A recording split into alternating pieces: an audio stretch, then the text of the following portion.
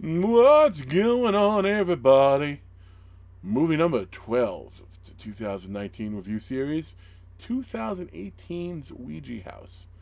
And unlike some of the 2018 movies that I have caught recently on this side of the calendar, definitely not a challenge to anything from my 2018 list that I posted. Ouija House, Ouija House. Where do we begin?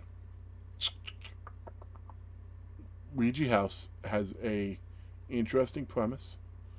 At least from the preview, I can't say like the premise is what it's Ouija board, but it's not just the Ouija board because you see there was this really evil entity guy, and he was so evil that he sacrificed babies to trees, and then they took the trees to trap him, and they built many houses, but the houses were really Ouija boards, and the letters were all hidden on the walls, and yeah, pretty much. So it opens up. Tara Reid's in it now. Tara Reid is tricky because it used to be, see Tara Reid in the movie, and by used to be, I'm not talking about when we were younger. Now you see Tara Reid in the movie, like, oh no, not Tara Reid. But Sharknado, okay, satirical, satirical. There you go. Cool. Two, I like two a lot actually. And then after that, so I dropped off. Charlie's Farm, which I loved. I don't think I did a review of this because it's something I saw last year, and it was a 2018 movie, and she was in that, and I still loved it. I'm like, okay, we'll give it a shot. And this movie was great because she was in the opening scenes, and then like she went away, so like, okay, so that's good. She's out of the way quick, and she was in the opening scenes with Tiffany Shepis. Tiffany Shepis, huge scream queen. Although never, at least I haven't. It's been a while since I've seen her have a huge role aside from a bit part where she vanishes or dies early on. But yeah, she vanishes and dies early on. That's sort of what happens to her. I'm going to spoil that. In fact, I'm going to spoil this whole damn movie. Here's why I'm going to spoil the movie. I'm going to spoil the movie because, well, if you know the rules, you know it's going to be under a 5. And here's why it's under a 5. Can we just adopt, like, stop fucking around with Ouija boards?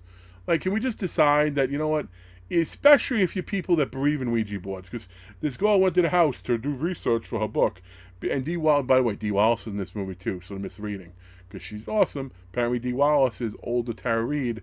That creates a fucking paradigm that I don't know how to deal with in my head. But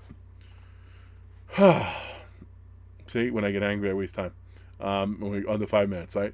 So essentially, they believe in the Ouija board. The Ouija board was found in a secret room, and then it vanished, and then it magically appeared on the table. And she's like, "Come on, guys, who put this here?" And no one put it there. She's like, "Okay, fine, let's play it anyway." Okay, right off the bat, if there's teleporting Ouija board, nah, good. I'm good. No, I'm out. Tap out. No good. No mas. Okay? Let alone playing it and acknowledging they came up with 3 rules for Ouija boards. Never play alone, never play in a place that was violent, and always say goodbye. I think those were the 3 rules they said. Those rules change periodically in movies. However, they knew they were playing in a place with a violent history, so they threw that out there.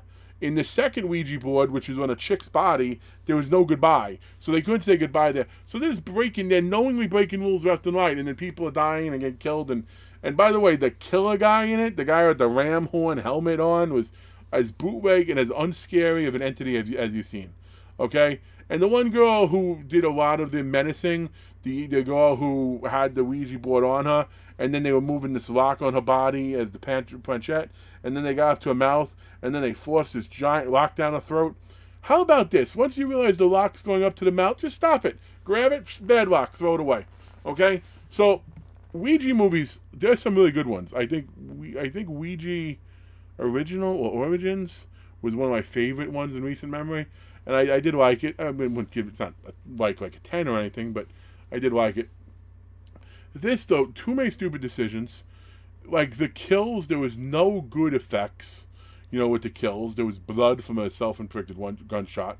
There was just someone who was, like, frozen to death. There was grass to the throat.